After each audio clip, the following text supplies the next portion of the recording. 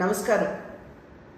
Police వారు రాజకీయ నాయకుల యొక్క చొరవతోటో లేదా ఏదో ఒక వ్యవస్థ చొరవతోటో వారి యూనిఫామ్ని సంపాదించుకోరు.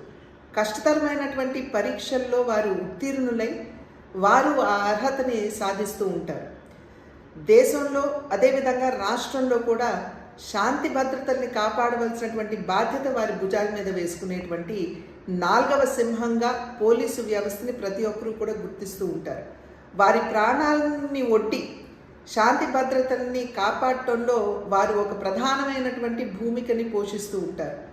అటువంటి 4వ సింహంగా పరిగణించబడుతున్నటువంటి పోలీస్ వ్యవస్థని ఉద్దేశించి జగన్మోహన్ రెడ్డి గారు బట్టలోడు తీసి కొడతాము అని చెప్పటం ఇది సర్వత్రా ఖండించవలసినటువంటి అంశంగా నేను భావిస్తున్నాను. ఈరోజు ఏదైతే రామగిరిలో జరిగిందో, రామగిరి సత్యసాయి జిల్లాలో ఉన్నటువంటి సందర్భంలో సత్యసాయి జిల్లా ఎస్పీ ఒక మహిళ అనేటువంటి విచక్షణ కూడా కోల్పోయి ఈ రకంగా వ్యాఖ్యానించడం అనేది ఇది సమంజసం కాదు అని చెప్పి జగన్మోహన్ రెడ్డి గారికి తెలియజేస్తున్నాం. ఈరోజు ఈ పోలీస్ వ్యవస్థలో దగ్గర 5,000 మహిళలు ఉన్నారు అనేటువంటి విషయాన్ని జగన్మోహన్ రెడ్డి గారు గుర్తించాలి.